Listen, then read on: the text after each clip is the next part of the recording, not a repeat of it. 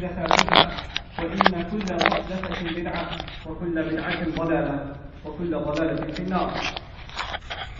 يقول سبحانه وتعالى في كتابه الكريم بعد قل أعوذ بالله من الشيطان الرجيم اتل ما أوحي إليك من الكتاب وأقم الصلاة إن الصلاة تنهى عن الفحشاء والمنكر ولذكر الله أكبر والله يعلم ما تصنعون ولا تجادلوا أهل الكتاب إلا بالتي هي أحسن إلا الذين ظلموا منهم وقولوا آمنا بالله وما أنزل إلينا وما أنزل إليكم وإلهنا وإلهكم واحد ونحن له مسلمون.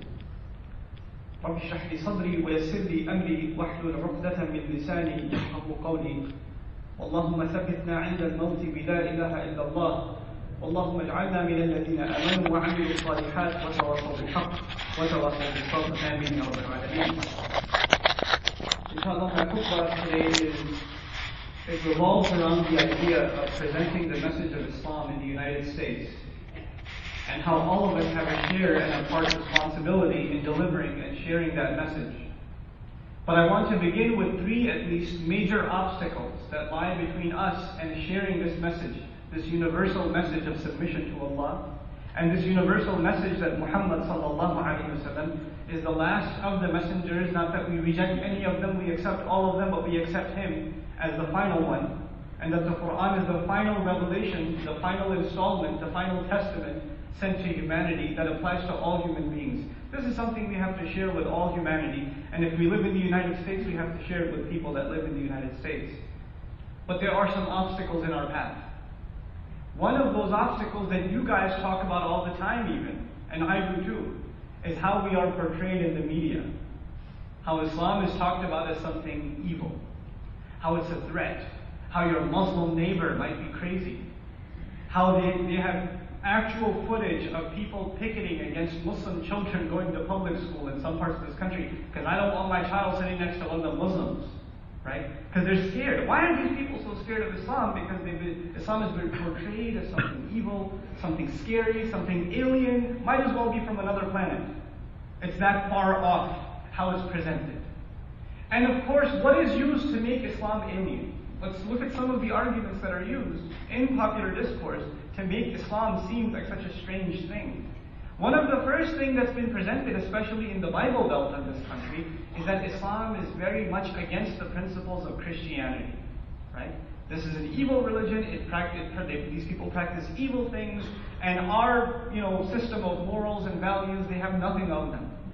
Which in and of itself is a very hollow claim. You see, if you've ever made da'wah to a Christian, you will know that if you make da'wah to them on the front of morality, that we are against shamelessness, we are against abuse, we're against this and that, they'll agree with you 100%. Our major problem with their theology is actually not with their morality, it's with their theology, with their belief system.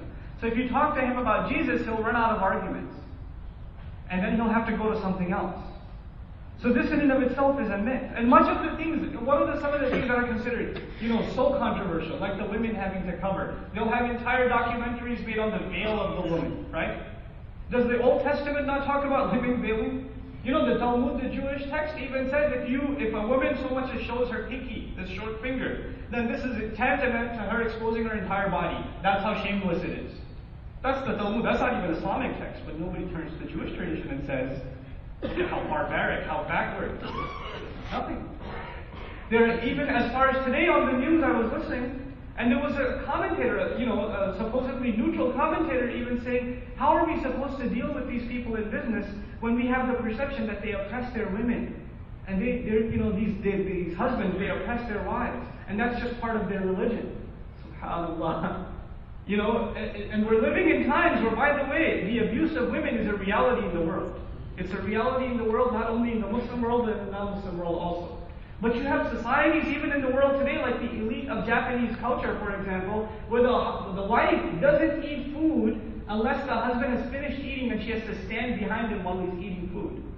She has to stand behind. When he's done, she eats the leftovers. That's part of Japanese elite culture even today. Nobody comments on that.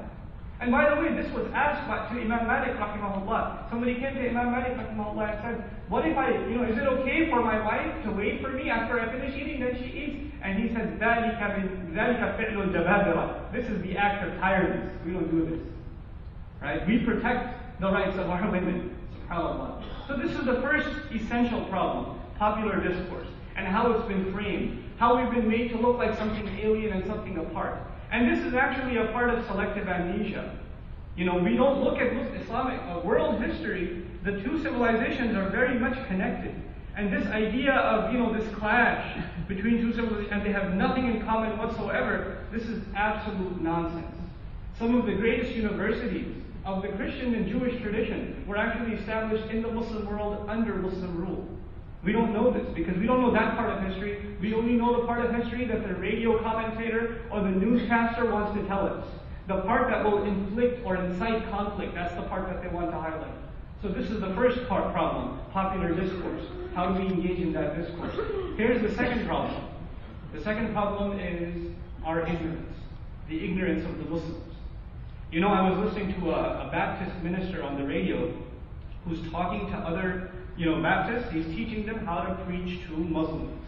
He's teaching them how to preach to Muslims. If you have a Muslim coworker, if you have a Muslim business partner, if you have a Muslim student, etc., how do you bring them to Christianity? He's training the people on the radio on how to talk to Muslims. And they have supposedly a Quran expert, a Christian Quran expert on the radio going off explaining how they have to deal with Muslims, what they consider shirk and haram, and he knows all these terminologies. Right? And he's talking about the Quran, and it sounds like he knows what he's talking about, and the reality is he's misquoting, misusing what the Quran says, completely off from the translation of the Quran. But you know what the sad thing is? The vast majority of even Muslims, if they are listening to this guy, they won't know the difference. They'll actually think that's in the Quran. What's the biggest weapon some of these people have? In causing confusion and spreading lies about Islam itself, it is the ignorance of the Muslims themselves. We don't even know what Islam says. How are we going to tell somebody else? It's a fair question to ask. If something's being misrepresented about Islam, these ministers, they know more places from the Quran to quote to you than you probably even read. And that's a serious problem. We don't know even what we stand for, what our civilization is, what our sacred text says. So this is the second problem. The first problem is popular discourse. The second problem is our own ignorance. But the third problem is the real problem. These two are minor issues. These can be solved. Education can be removed through, or ignorance can be removed through education. It's not impossible, right? Popular discourse can be changed once we start engaging ourselves. It can be changed. But the real problem is the behavior of the Muslims. The behavior of the Muslims. That is the biggest obstacle to giving the message of Islam to anybody else. It's the biggest obstacle. Let me tell you why. You know how you ever heard the expression, actions speak louder than words? Right? So if somebody comes up to the Muslim and says, you people oppress women.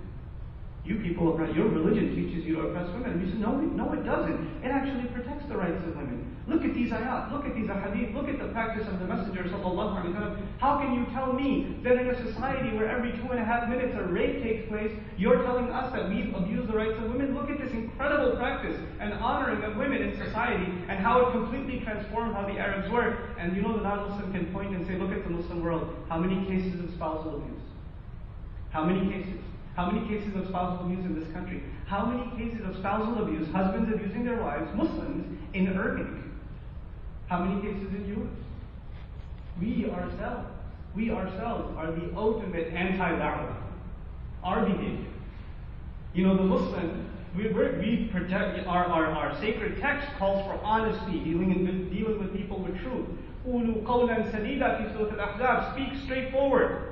Speak in an upright fashion. And yet, one of the worst business decisions you can make nowadays is become a business partner with another Muslim. Because it's, you're going to get, you know what's going to happen. And this is popular now. Oh, don't deal with those Muslims. You don't ever know what you're going to get. They're going to swindle you, they're going to undercut you, and they're going to look all religious on the outside, but they will, basically con you out of all your money. That's the popular impression. But how did it get to that point? Our own behavior. So our texts, our Quran and Sunnah are so beautiful, and our behavior is so ugly. It's so ugly. But what do people see? People don't see the Quran and Sunnah. What do they see? They see us. They see our behavior. And when they see us, they're not going to care what their book says. They probably got all this from their book. That's what they assume.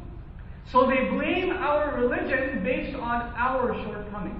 And you know what? As much as we complain about that, as much as we can say, no, don't judge Muslims, judge Islam, in the end, until Muslims change their behavior, until we represent what our book and the Quran and the Sunnah says, until then we can't really spread this message. We cannot really spread this message. Wallahi, I know brothers that took Shahada. They accepted Islam by looking up Islam in the public library. But when they came to the masjid, they thanked Allah and said, thank Allah, I did not meet these people first. Thank Allah, I learned Islam first. Because if I met these people first, I wouldn't even have learned about Islam. I would never even have considered it. How bigotous they are. How they look at you. The way they behave towards you. The way they fight with each other in the house of Allah. These kinds of things, we are turning people away from the da'wah of Islam from our own behavior. From our own behavior. So here's the thing. The vast majority of Muslims, they're not doing da'wah at all.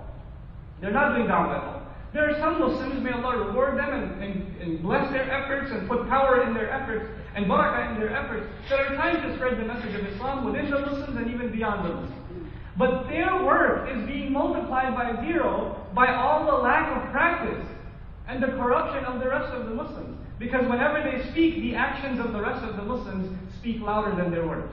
Those actions are louder than the words of these Muslims. We're undoing our own efforts.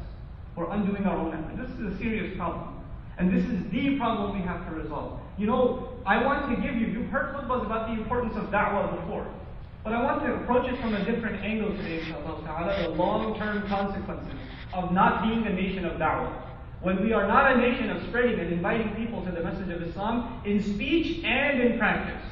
If we are not those people, what are the consequences? What are the consequences of that? Of course, the first consequence is that we become the people that might fall under the curse of Allah according to the book of Allah Himself. إن الذين يكتمون ما أنزلنا من البينات والهدى من بعد ما بيناه للناس في الكتاب أولئك يلعنهم الله ويلعنهم اللاعنون اللهم لا تجعلنا منهم اللهم لا تجعلنا منهم. Those who hide what we sent down from the book, those who hide it, they hide it, they keep it secret.